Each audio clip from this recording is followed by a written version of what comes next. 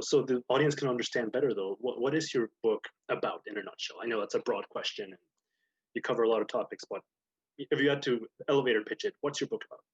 Basically, the book is about why, since around the 1960s, I start in the year 1960, why is it that queer audiences in particular, and sort of as that term has evolved, throughout the years, that obviously in the 60s was very much a term sort of under fire, right? It was pejorative, but people were still thinking about the possibilities of recouping that, and that would certainly come to the fore in the late 80s.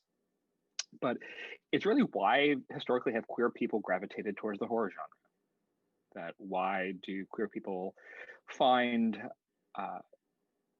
not only entertainment in the horror genre, but they find sort of places to connect personally, particularly through their own coming out processes, it coming out as either being gay or lesbian or trans or queer or bi or anything like that, that historically people have really gravitated towards this genre to sort of help them with that and to see kind of similarity between their own lot, what they feel as, as queer people, we often feel that we are outcasts in some way, at least in the beginning when we start about thinking about that process.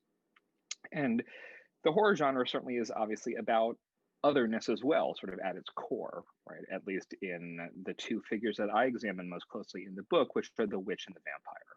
And so historically, those figures are wrapped in discourses of otherness, of vulgarity, of not being normal, quote unquote, which is very akin to how a lot of queer people sort of feel themselves, at least initially, when they're starting to think maybe I'm not like other people.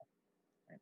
And so the book takes that as its sort of central conceit and looks for about the past 60 years at several moments where that seems to be really at issue in Anglo-American media across both film and television.